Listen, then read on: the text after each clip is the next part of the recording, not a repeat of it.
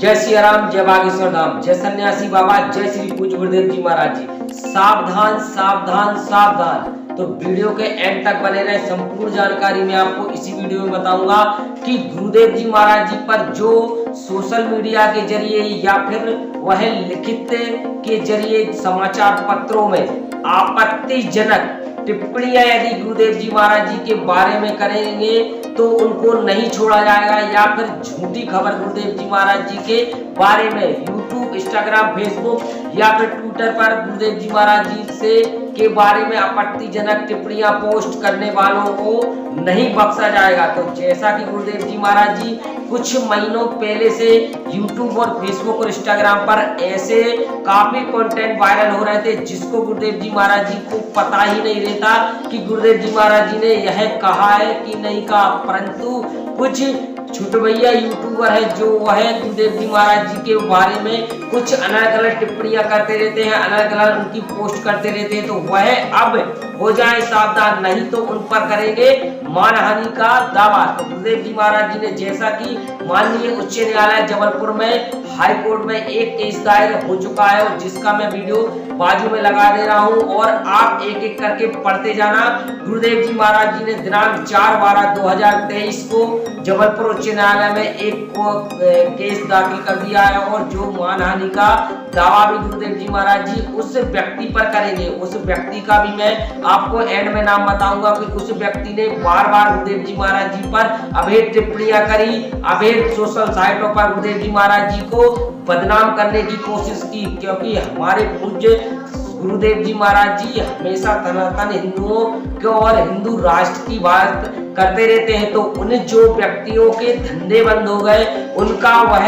जो कमाने का जरिया था वो बंद हो गया। तो जब गुरुदेव जी महाराज जी पर यह सभी बंद करवा दिए हमारे बागेश्वर धाम सरकार ने, तो उनको ही गुरुदेव जी महाराज जी को टारगेट बनाने लगे और उनको अभेद टिप्पणियां, अभेद पोस्ट, अभेद अश्लील जो गुरुदेव जी महाराज जी पर अभेद टिप्पणियां करी, तो उनको गुरुदेव जी महाराज जी ने नहीं बख्शा। तो आपको मैं सुनाता हूं 4/12/2023 में श्री पंकज दुबे याचिकाकर्ता वकील प्रतिद्वंदी क्रमांक 1 और श्रीमती श्वेता असीम जज शासकीय अधिवक्ता राज्य दाखिल के साथ अहम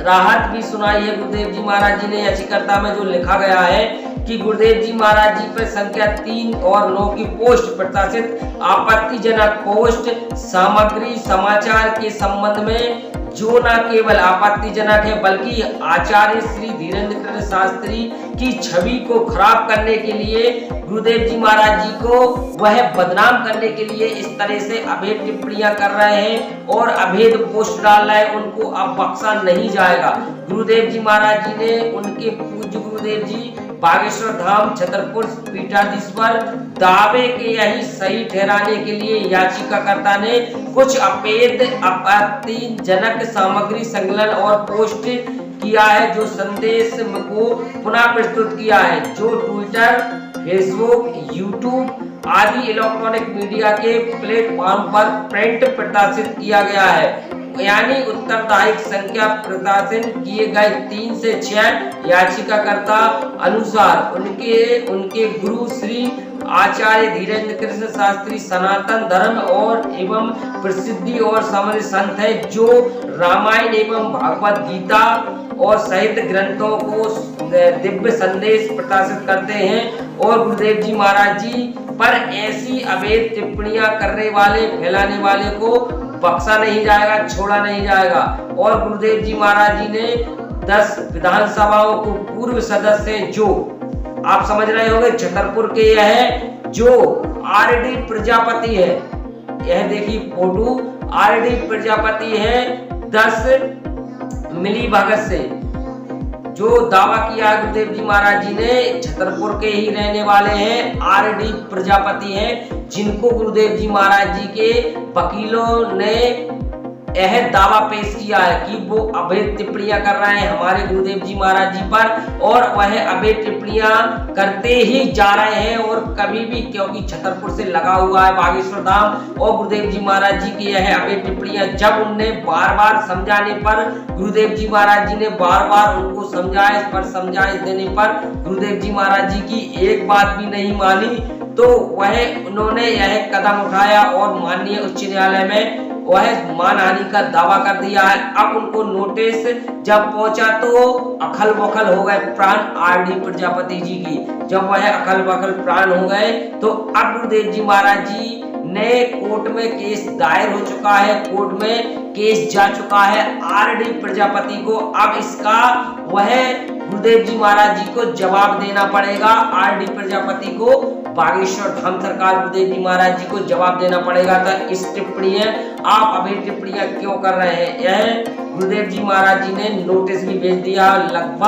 लगभग कम से कम यह 3 नोटिस भेजे गए हैं और गुरुदेव जी महाराज जी ने यह भी वार्निंग दी गई है। अब कोई प्लेटफॉर्म पर यदि यूट्यूब, फेसबुक, इंस्टाग्राम पर कोई अभेद टिप्पणियां गुरुदेव जी महाराज जी के बारे में या फिर गलत जानकारी है गुरुदेव जी महाराज जी के बारे में कहा गया तो उसको नहीं छोड़ा जाएगा। जैसे कि गुरुदेव जी महाराज जी ने आरडी प्रजापति को भी नोटिस दायर कर दिया, नोटिस भेज दिया गया है, तो गुरुदेव जी महाराज जी उसको भी नहीं बख्शेंगे। और गुरुदेव जी महाराज जी के जो सभी भक्तगण हैं और वह गुरुदेव जी महाराज जी के अब एक संगठन में हो चुके हैं और गुरुदेव जी महाराज जी को कहीं से कोई भी दिक्कत परेशानी आएगी तो सनातन धर्म प्रेमियों की एक ही साथ आवाज होगी, जय सिया राम के नारे। क्योंकि अब सनातन हिंदू जाग रहा है और गुरुदेव जी महाराज जी के साथ है। तो इसी के साथ मैं आपको बता दूं, वीडियो यदि आपको अच्छी लगे तो वीडियो को लाइक करें, शेयर करें और मेरे चैनल को सब्सक्राइब करें। इसी के साथ जय सिया राम, जय बागेश्वर।